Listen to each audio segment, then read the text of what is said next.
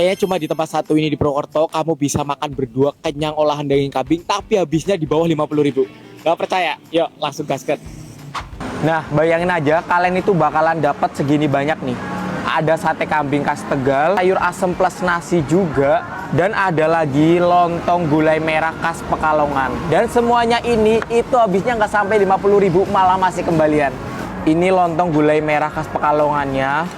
Segini itu lagi promo harganya dari 20.000 jadi cuma 14.000 aja guys. Dan ini tuh kalian bisa bebas request mau pakai nasi atau lontong kayak gini bisa banget. Bedanya sama gulai yang lain, ini tuh kuahnya warnanya merah guys. Wah. Bumbunya medok, yang pasti nggak perengus, gurih. Mantap lagi, makanya itu dibarengin sate Tegal bareng lontong gulai merahnya. Beh, dagingnya potongannya gede-gede banget nih. Bismillahirrahmanirrahim. Perpaduan gulai merah yang berbumbu dan juga berempah dipadukan sama sate kambing yang bener-bener empuk dan juga enak. Beh, nampol banget. Nasi sayur asemnya ini harganya 5.000, udah dapat nasi dan juga sayur asem nih.